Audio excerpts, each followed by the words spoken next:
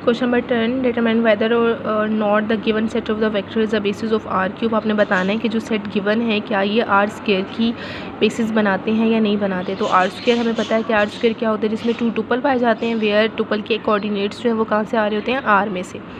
Number 1 हम इसको देख लेते हैं, इस सेट को। तो सेट को पहले क्या हमने प्रूव करवाना है कि ये सेट जो है जिसमें 2 एलिमेंट्स है क्या ये इंडिपेंडेंट है या नहीं। तो इंडिपेंडेंट के लिए लेट कर लेते हैं, कॉम्बिनेशन लिया, इक्वल टू 0 रखा। इसको सॉल्व करेंगे।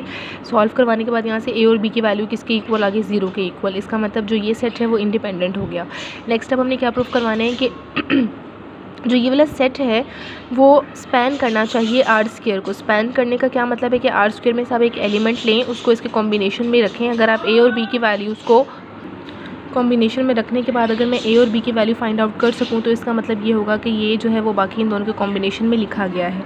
आपने इसको कॉम्बिनेशन में लिखा, यहाँ से आपने एक्स और वाई की 2 इक्वेशंस आ गई, तो 2 इक्वेशन से यहाँ पे ऊपर नीचे रख के ए और बी की वैल्यूज़ को फाइंड आउट करेंगे।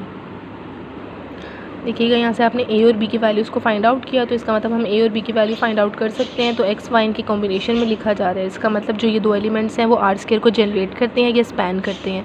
बेसिस की दोनों कंडीशन सेटिस्फाई हो गई। इसका मतलब ये जो सेट था वो हमारे पास बेसिस बनाता है आर स्क्वायर की। सिमिलरली इसका जो सेकंड वाला पार्ट है वो भी आपने इस तरह से प्रूव करवाना है। पहले इसको इंडिपेंडेंट प्रूव करवाएंगे, फिर बाद में आर स्क्वायर का एक एलिमेंट लेके 2 के कॉम्बिनेशन में रखेंगे, यहाँ से ए और बी की वैल्यू फाइंड आउट कर लेंगे।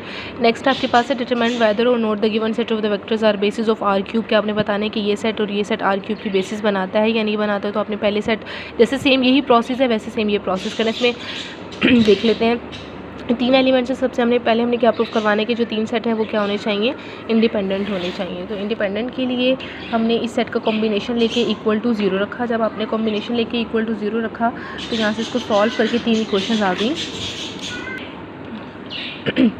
तो हम सॉल्व करते हैं। अब यहाँ पे 3 इक्वेशंस हैं और 3 ही अननोन्स हैं। तो अब इसको सॉल्व करते हैं। पहले 2 इक्वेशंस को लेके हम इस वाले मेथड को यूज़ करते हैं कि यहाँ पे ए बी और सी के कोफिशिएंट्स को लिखा, फिर ए बी सी के कोफिशिएंट को दोबारा रखा, फिर सेकंड वाली इक्वेशन के ए बी सी को कोफिशिएंट को लिखा और दोबारा लिखा। फर्स्ट वाली और सेकंड वाली को ख़त्म करके ऊपर A divided by this multiply this minus this multiply this like this. फिर उसके बाद B divided by this multiply this minus this multiply this like this. और उसके बाद सी ओवर दिस।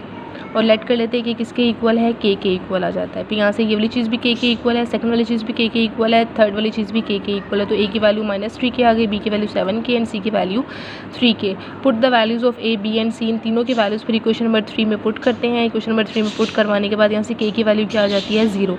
जब के की वैल्यू 0 आ गई तो ये भी 0, ये भी 0 और ये भी 0। इसका मतलब ए बी सी कितने आ गए, 0 आ गए। तो इसका मतलब ये जो तीनों वेक्टर्स हैं वो हमारे पास इंडिपेंडेंट हैं। तो अब नेक्स्ट क्या करेंगे, इसको प्रूफ करवाने के क्या ये स्पैन भी करते हैं। तो स्पैन के लिए आर क्यूब का एक एलिमेंट लेंगे, उसको इनके कॉम्बिनेशन में लिखेंगे। 3 इक्वेशंस आ गई, 3 इक्वेशंस को ऊपर नीचे रख के सॉल्व करके अब आपने क्या करना है, ए बी और सी की वैल्यूज़ को फाइंड आउट करना है। जब अगर आप ए बी और सी की वैल्यूज़ को फाइंड आउट कर लेंगे इसका मतलब ये उसके कॉम्बिनेशंस में लिखे जा सकते हैं। ये देखिएगा यहाँ से ए बी और सी की वैल्यूज़ फाइंड आउट करके वो जो एलिमेंट हम लोगों ने लिया था वो उनके कॉम्बिनेशन में लिखा गया है। तो इसका मतलब ये जो है वो फिर आर क्यूब की बेसिस बनाते हैं। इसी तरह से इसका सेकंड पार्ट भी आप लोगों ने करना है।